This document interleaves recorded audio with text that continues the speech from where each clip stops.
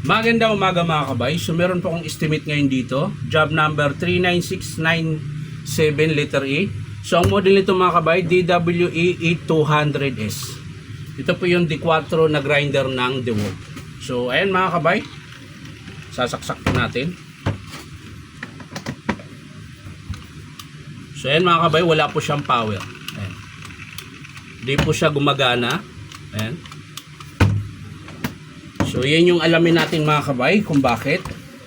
So may nagbukas na dito mga kabay. Kung mapapansin nyo, maluwag na po yung takip niya. Hindi na higpita maigi. So uhahay. So yan mga kabay, nakita ko na kung anong sira. Tuklap po yung armature. Ayan, bubuksan pa natin para makita talaga natin. Kailangan natin ng isang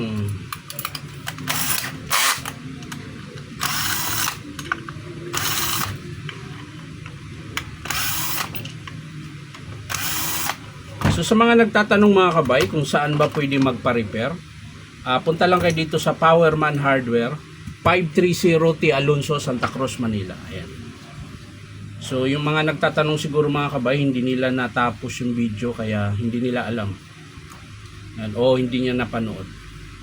So ayan mga kabay, yan po yung sira niya. Ayan. Tuklap po yung armature. So dito naman sa gear mga kabay, okay pa. Check lang natin yung bearing.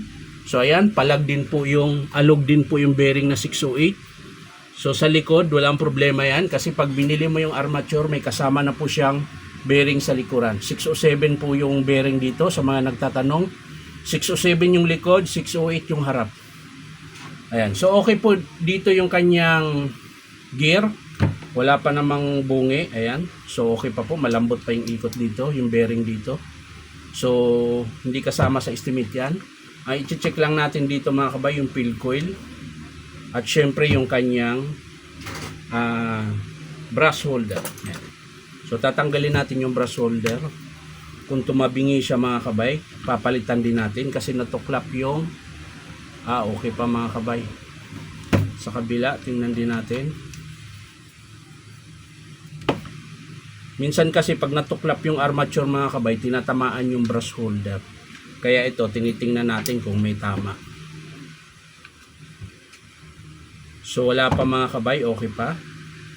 Medyo may konting tama pero kaya pang gawa ng paraan. So para hindi na madagdag sa estimate sa customer. Ayan, so buo pa po yung field coil niya mga kabay, wala naman tama. Ayan. So ang pinaka-estimate ko dito mga kabay sa DWE8200S na grinder ng DeWalt ay armature, bearing 608 at syempre yung kanyang carbon brush. So yan lang po yung sira dito mga kabay. So hindi ko na po ipapakita kung paano buuin mga kabay, papakita ko na lang sa inyo mga kabay kapag in-approve ito ng customer. Ulitin ko mga kabay, ang papalitan natin dito kung sakaling i-approve ng customer ay armature, bearing 608 at carbon brush. So yan lang mga kabay, maraming salamat, bye bye.